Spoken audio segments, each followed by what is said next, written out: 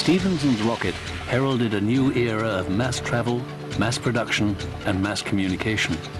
No change in human activity since the dawn of agriculture 10,000 years ago has had such a profound impact on daily life.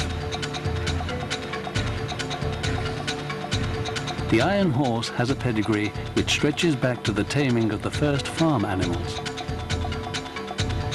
The final challenge facing the historians is to trace back the seeds of capitalism to the end of hunter-gathering, when human beings first began to control nature.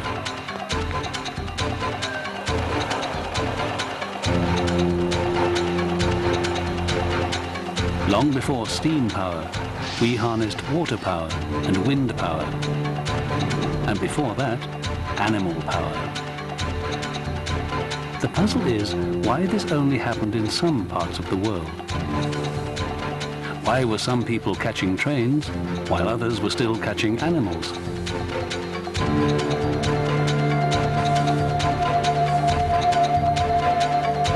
Were some animals more equal than others? Were some people more equal than others?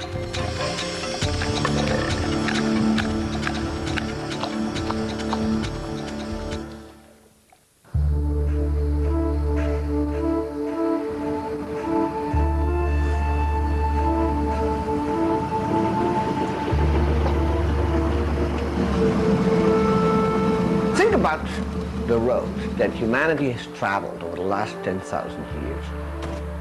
We have come down from small tribes of hunter-gatherers to very, very large groups who dine at McDonald's. Has this been an improvement? Is this in some sense better? Has it all been for the best? People are going to disagree about that.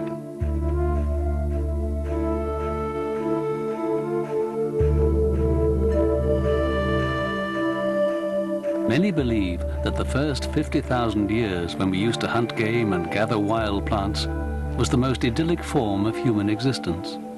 When we gave up the nomadic life and settled down, we stopped living in harmony with nature and left the Garden of Eden.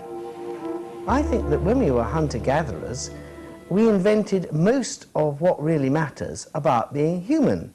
We invented our families, our language, our religion, music, dance, poetry, many of the really good things in life. And I'm not quite sure what we've gathered since, actually. Well, I mean, in all due respect to hunter-gatherers who probably had a jolly good life, a great deal of what we call human culture is the product of urban environments that were capable of producing a Rembrandt and a Mozart. You and I wouldn't have a job, certainly. Well, that too.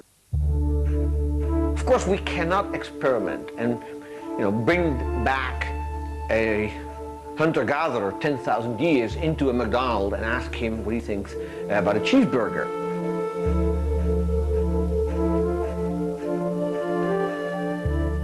People have to eat.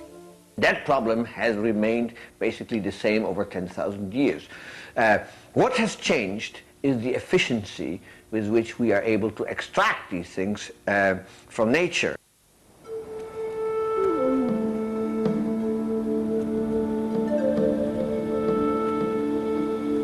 Now, in a hunting-gathering society, the problem was only a very small number of people could be sustained because it was necessary for the animals to roam around wild. So as long as the number of persons around was fairly small, living on a fairly large area, this was a lifestyle that could be sustained and was for hundreds of thousands of years.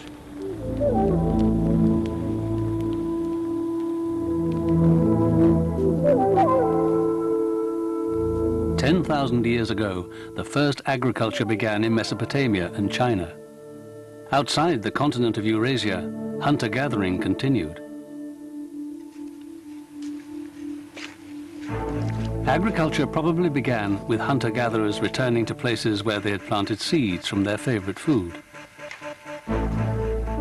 When they settled, farming became more intensive, and they started to use animals to share the burden.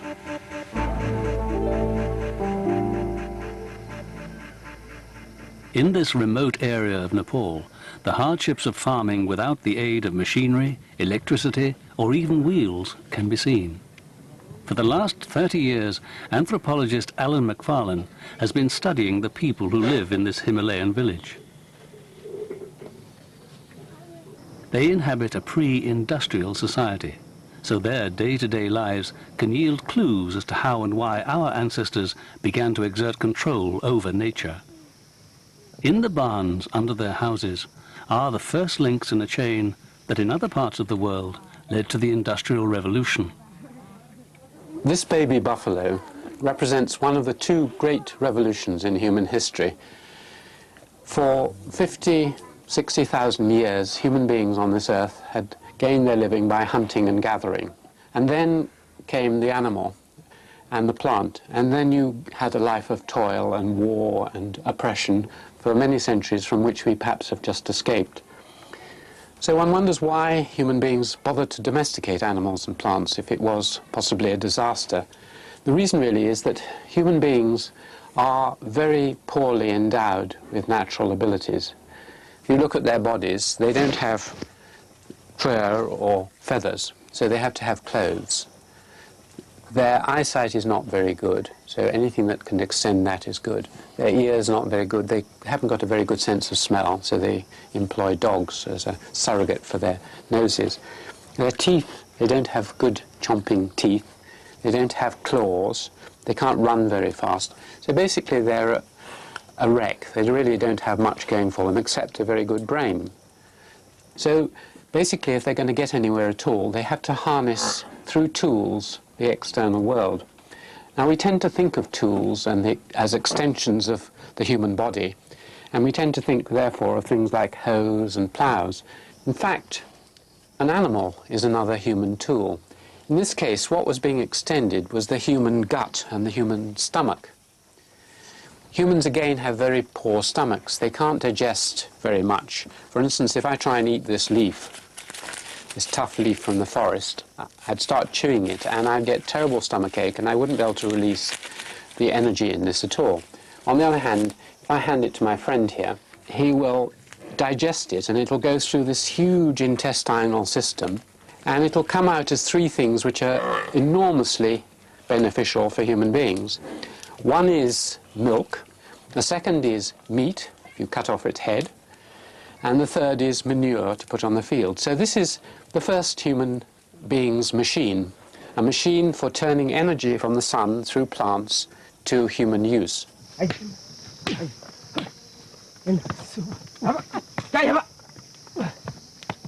Like all machines, this one requires careful maintenance. These oxen each consume 3 or 4 loads of fodder a day, which must be carried down from the forest above.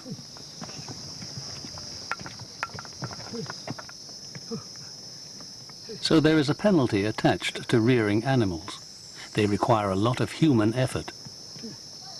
The reward is the ability to harness their energy to produce crops.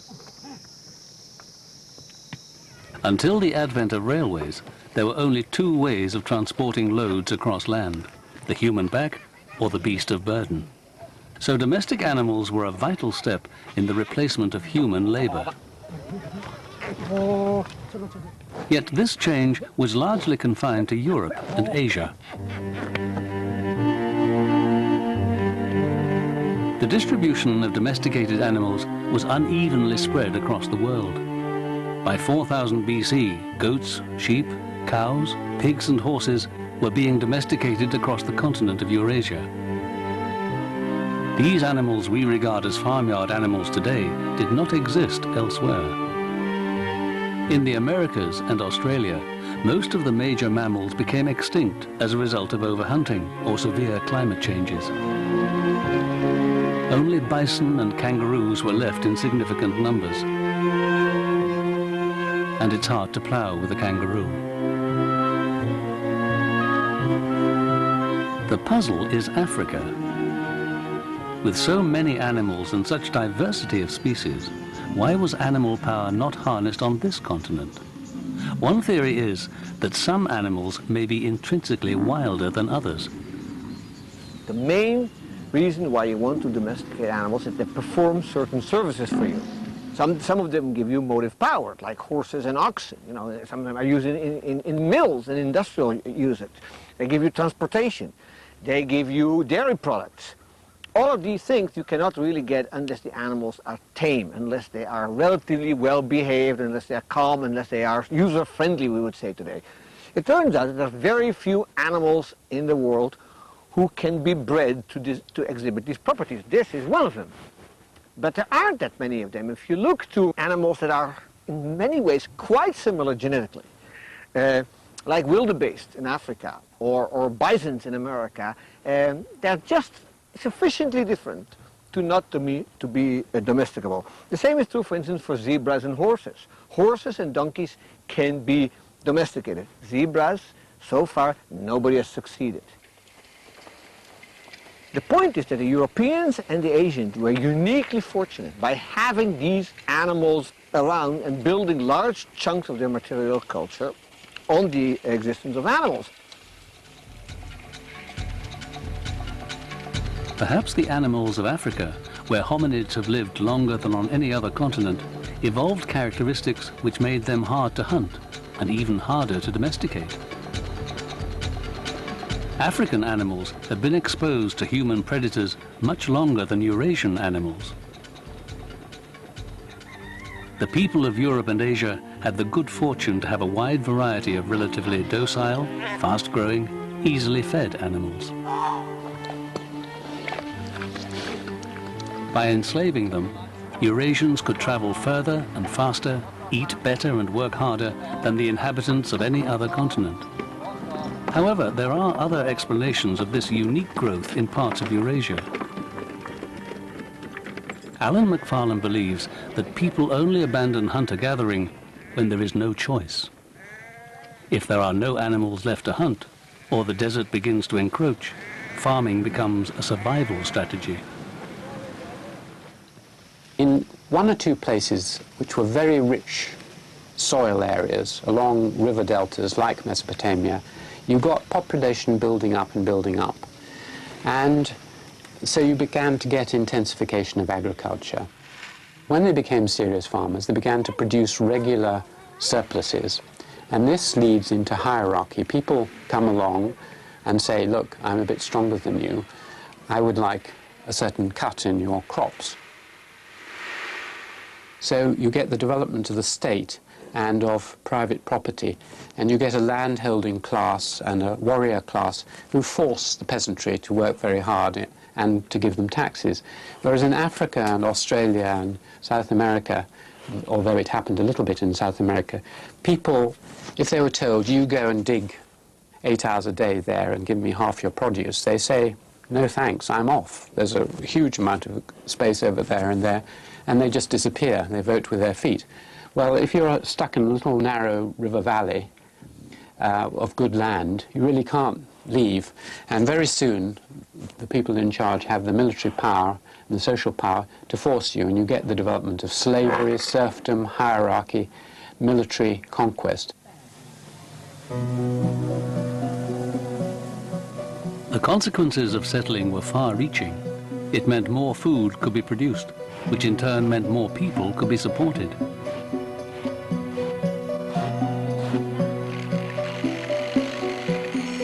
The ability to produce surplus food freed citizens to develop new skills. What began as simple hobbies developed into specialized crafts.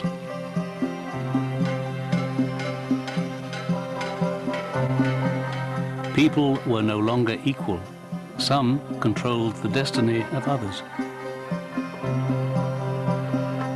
It was in the first cities that technological innovation really began to take off.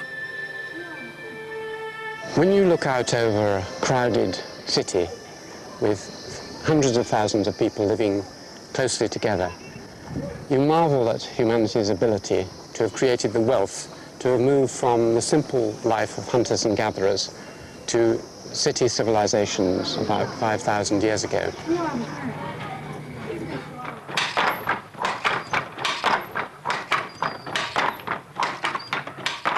Now, what did it need to make that possible.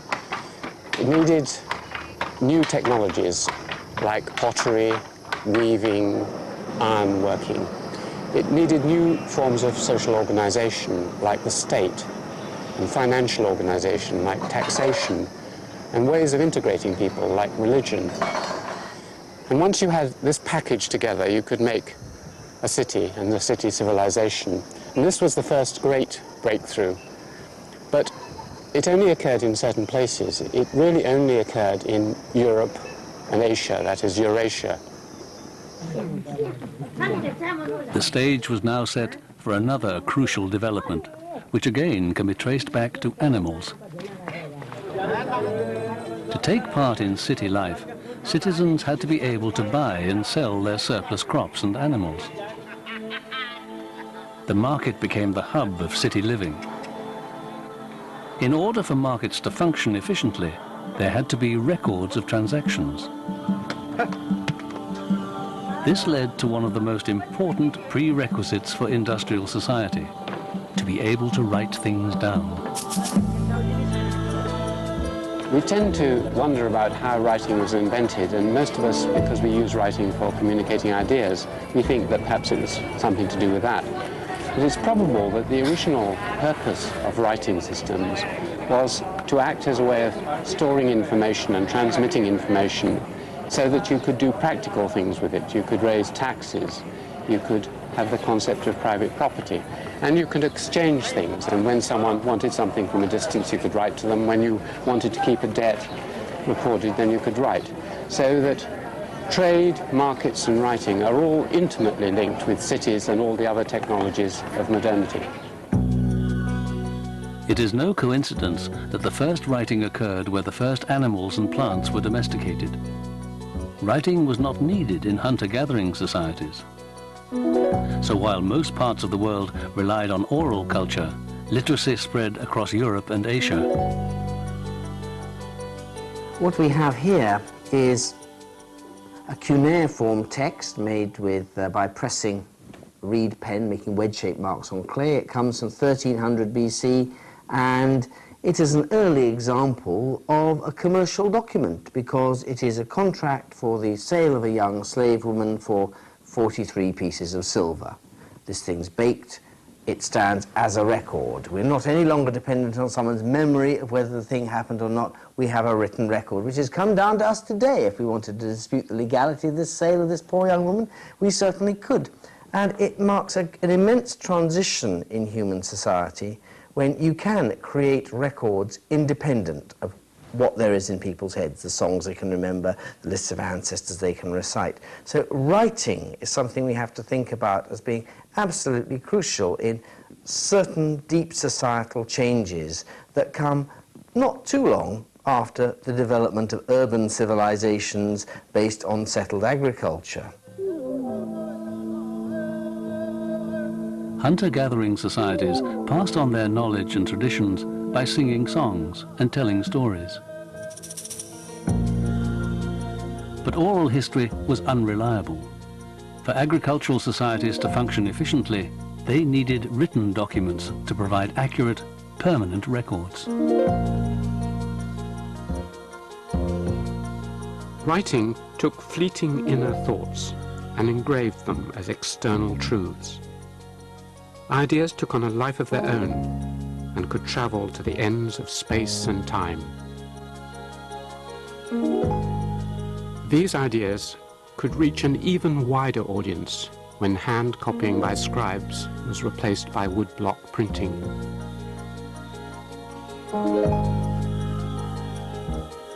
When ideas were printed, they spread further and had a more lasting effect.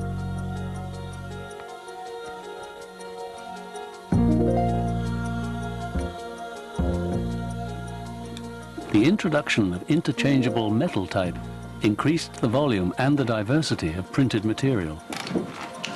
This is a mill, but the fascinating thing which is difficult to realize is that most mills produce physical goods, bits of clothing or whatever it is. This is the only kind of mill that produces knowledge, because from very early on what it produces was identical pieces of knowledge. So So in a sense, the printing works were the first factories producing identical goods. But they weren't bits of clothing, they were books or ideas. And you have a great enigma. In the West, there are many books about how printing revolutionized Western theory. And it transformed our world, gave us science, gave us Protestantism. The European map of the great print houses just is the European map of the development and spread of the new sciences. Without printing, you can't conceive of how the Renaissance, the Reformation, or the scientific revolution could really have happened the way they did. China invented printing and used it for some long period before the West, and it doesn't seem to have been, as Reisman called it, the gunpowder of the mind in China. It doesn't explode the society. Almost, if anything, the reverse, because it just shows you, I think, that there is no such thing as a technology that just consists of the material means for doing particular kinds of things. The software that goes with it matters, if anything, very often much more. Even though movable type was originally invented in the East, the thousands of different characters made it very difficult to use. In the Chinese language, there are 80,000 characters. Imagine you were in charge of a Japanese newspaper at the end of the 19th century when they tried to use movable type before computers. How long do you think it would take you, given that you have, say, 18 times 6,000 characters to set from? And how would you set about doing it? I think you would need a lot of manpower. Yes. And I think, in a way, it would be quite impossible, or, you know, do you know especially for a daily newspaper. Nothing illustrates the problem better than the mechanical typewriter. In the West, fingers can type out the 26 letters by striking a keyboard. In the East, this was not possible. A Japanese typist had to memorize the location of thousands of different characters laid out on trays. It was like a micro-printing press, with each piece of type being individually selected. So even though the Chinese invented printing, in Europe, the Roman alphabet enabled a faster, more flexible printed word to become a vital ingredient in the engine of social change. Europe had another advantage. It was the only part of Eurasia where printing was not rigidly controlled by the state. This played a crucial role in the rise of the West.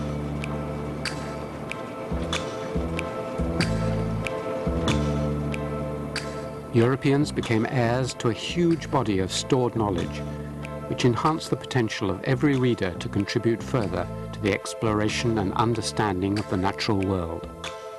There was an enormous curiosity in Europe. It always wanted to know about what was happening on the edges.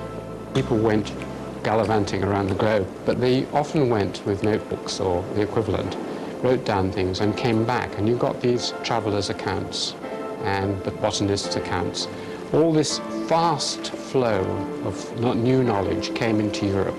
So while the West was absorbing the knowledge of all the civilizations of the world, other civilizations were either closing themselves off or not very interested. And the real tool that allowed this was the book.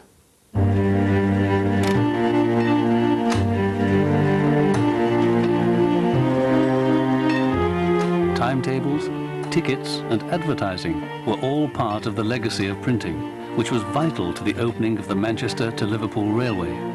There would have been no train service without printing, no printing without writing, no writing without markets, no markets without produce, and no produce without settled agriculture.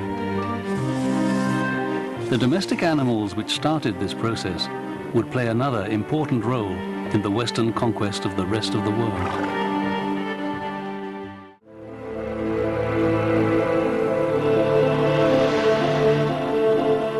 When European explorers set out to discover new continents, they unwittingly embarked on a program of transoceanic genocide. Wherever they sailed, they brought death and damnation. If you'd been standing on this beach 250 years ago, you might have witnessed an extraordinary encounter. On the mainland of Australia was an ancient civilization, perhaps 50,000 years of human development. And then coming in from the sea, Captain Cook and his expedition, bringing in a new technological world of shipping, weapons, food, social organization, and encountering here this ancient civilization of hunting and gathering people who had quickly evolved and then apparently remained more or less stationary for 40,000 years. The lush, untamed world of these hunter-gathering tribes looked ripe for exploitation to the Europeans who first landed on these shores. There were no one here except the local tribes, such as the Biribi, who were hunters and gatherers and who went through the forests taking the fruit and the animals. Then Westerners arrived, drove off the natives, came into these forests, logged the timber, grew their cattle and corn, and almost all the native population was destroyed. This happened not just in Australia, but all over the world, and that is the terrible cost of technological growth.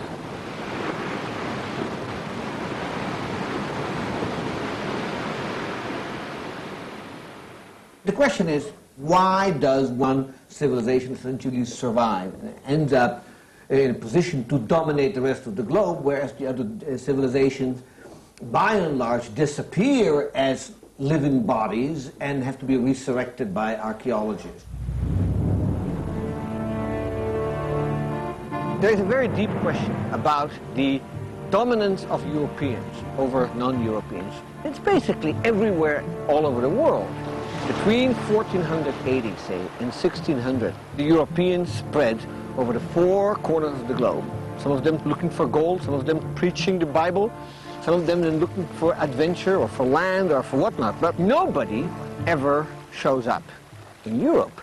Yes, I would like, that's exactly, I wouldn't like to get into this game of saying one is richer or better. The real issue, of course, is still what explains the victory of Europe in the simple sense that today in Peru, they speak Spanish, but in Spain, nobody speaks the language that the Incas spoke.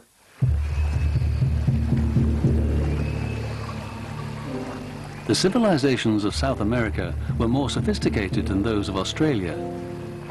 Yet European assaults on the Inca and Aztec empires had equally devastating effects.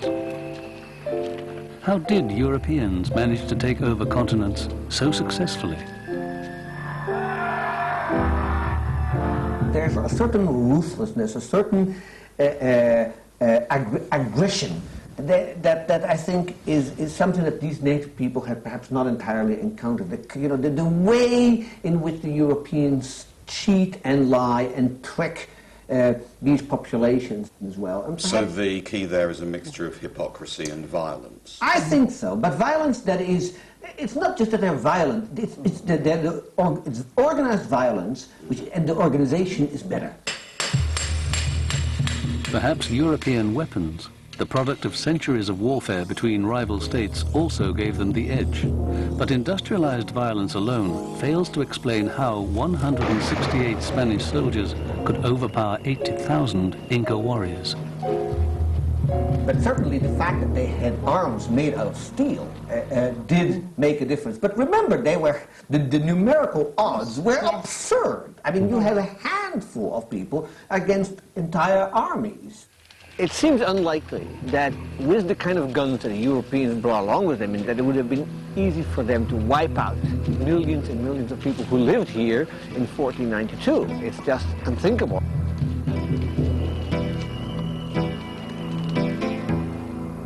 What killed the majority of natives was not weapons, but the germs that came with the Europeans and their domestic animals.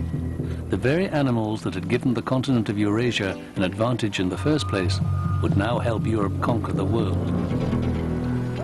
In America, there aren't any large domestic animals to speak of. The biggest thing that they have going for them are things like turkeys in Mexico and llamas in the Andes and dogs everywhere, but nothing like what Europeans have in terms of cows and horses. And as a result, the kind of farming that Europeans find here is completely different. And when they show up and start introducing their own kind of farming, and they bring animals like this to America, obviously they change the entire ecology of the continent. 300 years ago, this area of Australia would have been woodland with hunters and gatherers wandering through it. Now it's a part of Europe. It has the barbed wire, and of course it has the cows. What is surprising is that this is an example of what some historians have called ecological imperialism. That is the imitating of European agriculture in totally different climates in North America, Australia and elsewhere. And you get a bundle of things, not just the cows and the barbed wire, but also all the diseases, the pests, the weeds, the dandelions, all those things came with it. And it changed the whole ecology, the whole social system, and made most of the world look like bits of Europe. It was Europe's domestic animals that ultimately caused the tragic consequences across the continents. Diseases like influenza, measles, tuberculosis and smallpox all originated in animals. Europeans, having been exposed to these germs, had developed resistance, but the native populations were totally unprotected. In Europe, microorganisms, microparasites, jumped from people to animals and back. Now, at first glance, that sounds like a terrible thing, but if that's going on for hundreds and hundreds of years, then gradually, through self-selection and growth of the immune system, most of these diseases become less lethal and less devastating. When the Europeans show up in America with their animals and with their microbes, the devastation that they inflict on the domestic population, on the local population, is just unbelievable. One very striking example of this kind of unintentional bacteriological warfare that Europeans conducted against the American Indians is what happened to the Mandan tribe of North Dakota in the 1830s. The Mandan Indians have been an agricultural settlement of people who grew things like corn and vegetables and fruit along the Missouri River, and they had maintained excellent relations with the Europeans until one day a paddle steamer called the St. Peter's, carrying fur traders, ended up in their territory.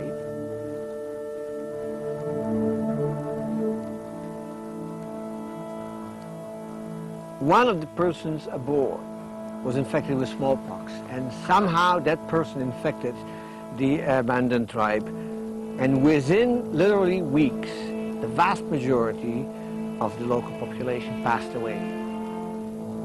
To the point where there's a famous speech preserved by a chief of the Mandan named Four Bears. I have been in many battles and often wounded, but the wounds of my enemy I exulted in. But today I am wounded, and by whom? By those same white dogs that I have always considered and treated as brothers.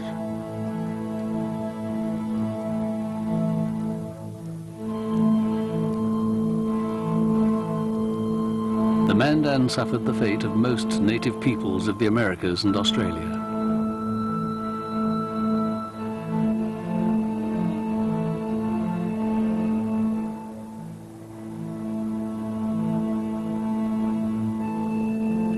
By the 1830s, the North American continent was open to exploitation by European settlers, and the largest migration in human history began. In just a few decades, hunter-gathering would give way to industrial agriculture. The native bison would be replaced by cattle stock imported from Europe.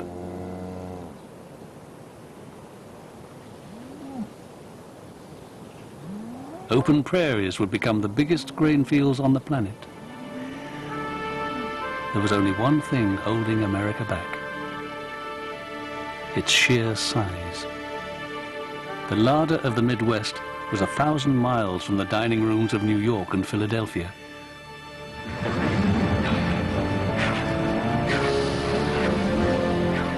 The solution to this problem was a snorting little animal that ran on rails.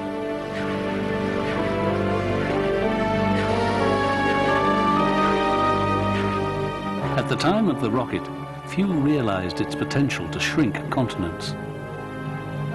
As late as 1830, Most of the people who thought and wrote about the issue of transportation over land did not realize the enormous potential that this contraption would have. You could build railroads almost anywhere. They could get to go in almost any weather. They didn't dry up. They didn't freeze over. Even if they were snowed under, it was fairly easy to remove the snow and keep the trains rolling. What it did was it made the Midwest into eventually the grain supply, not just of the United States, but of the rest of Europe as well.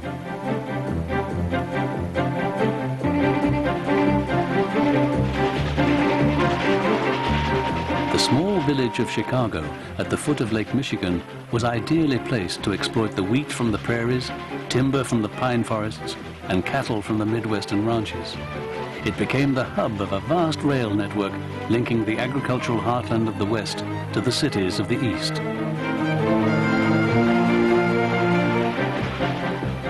Chicago became the world's largest industrial complex, turning rural produce into city commodities.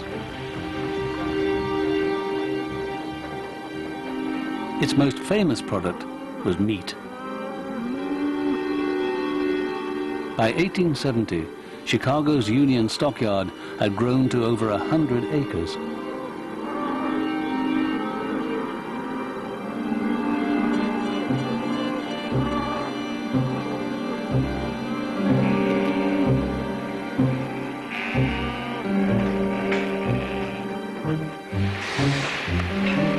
This was carnage on a truly industrial scale, production line butchery that became known as the disassembly line. Most of the animals were in the West, and the people who ate them were in the East. So this was a natural place to do the slaughtering and ship them back east by train. Now, the production system as it developed in Chicago is a very interesting and original adaptation of the conveyor belt. Each worker practices one very limited, highly specialized task, such as cutting off one particular piece of the animal, and then the product keeps moving on to the next person. A pig comes in alive, and an hour later, it is completely dismembered and ready to go into things like pork chops, sausages, spare ribs, and so on and so forth. So it is an extremely efficient way of producing. And you can think of it as a line in which things are being disassembled. That is, an animal, a carcass, is being chopped into its components, each of its components being marketed separately. Chicago butchers prided themselves in patenting everything but the pig's squeal. This process was extremely efficient. It was based on a very high division of labor. I don't think Adam Smith in his wildest nightmares could have imagined anything like the Swift plant in Chicago. But it did become, in some way, a model to a lot of subsequent American manufacturing that is still based on these continuous flow processes. The animals that had started out as mankind's first machines had now been reduced to their component parts. This mass dissection process had consequences far beyond the meat trade. The disassembly line inspired Henry Ford to build his first assembly line 50 years later.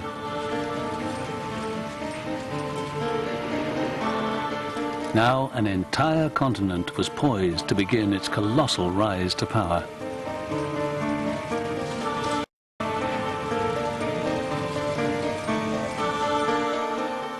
The Industrial Revolution in the New World showed the immense wealth that could be unleashed by a capitalist economy. It was based on the European belief that the roots of prosperity lie in the exploitation of the natural world. My view has always been that the most important thing that explains the advance of technology is sort of the underlying metaphysical assumptions that people have about the connection between them and their environment. If you believe that every tree and every stream and every hill is inhabited by a conscious deity who is jealously guarding his privilege to protect his or her territory, you're going to be very reluctant to build mills and to start new farmland, because there's always the danger that you're going to unleash some angry being upon you who's stronger than you are. In Europe, in particular in Western Europe, slowly but certainly people come to the realization that in fact the manipulation of the physical world is nothing to be ashamed of, is nothing to feel guilty about. In fact, if you do so, you're only illustrating the glory of the Creator. That the Creator in His infinite wisdom has created something and put us in the middle of it.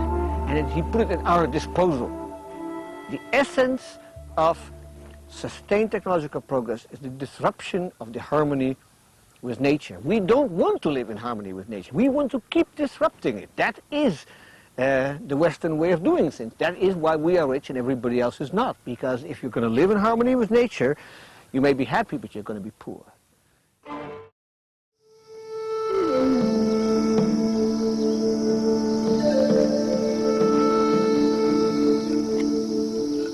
In the last few decades of our 10,000-year history, the post-industrial human species has evolved quickly. So how different are we from our hunter-gathering ancestors? The story of the Garden of Eden and the loss of innocence is often taken to be the story of the loss of hunting and gathering. Adam and Eve picked the plants, picked the fruits off the trees, and lived a simple life without raiment and so on. And that was the life of hunters and gatherers. The fall of man, many people believe, is this long period when you had to work harder to gain a living. And so in many ways, the superabundance that machinery produces for at least a few parts of the world is in some ways a return for those fortunate few to a sort of Eden.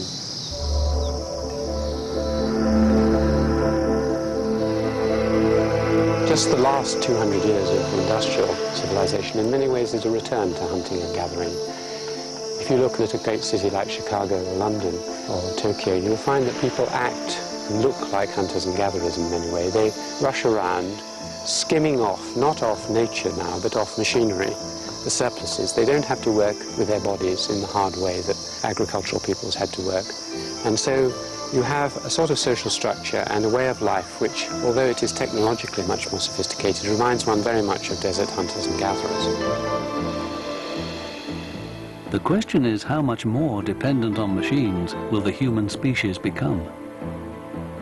Over the last 10 millennia, machinery has been introduced in industrializing societies to take over burdensome tasks, so that machines increasingly embody more and more complex skills which up till then it had been believed only humans could perform.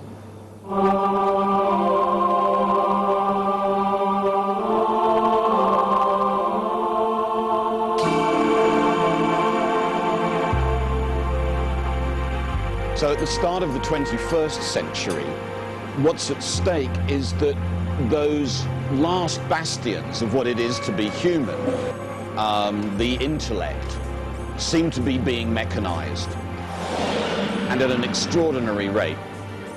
So that the machines around us here are performing tasks which 2 decades ago would have won you the Nobel Prize. That boundary between what is mechanizable and what is human is constantly shifting in favor of the machine.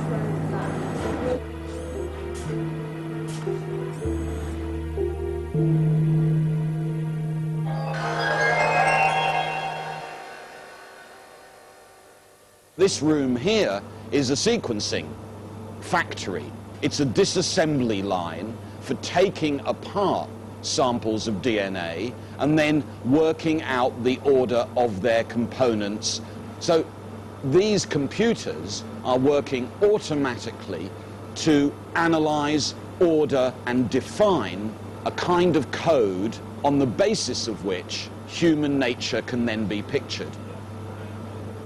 It's the idea that human nature itself might be expressible as not much more than a kind of rather long machine code, which has come to dominate a whole host of images of what it is to be human, what human nature is like, what can be synthesized, what can be engineered into existence. Over the last 10,000 years, the human species has become increasingly clever at dissecting and mimicking the natural world for its own ends.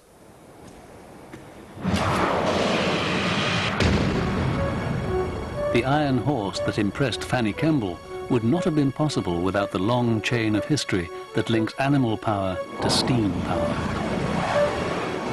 This snorting little animal, which I felt rather inclined to pat, goes upon two wheels, which are her feet, and are moved by bright steel legs called pistons.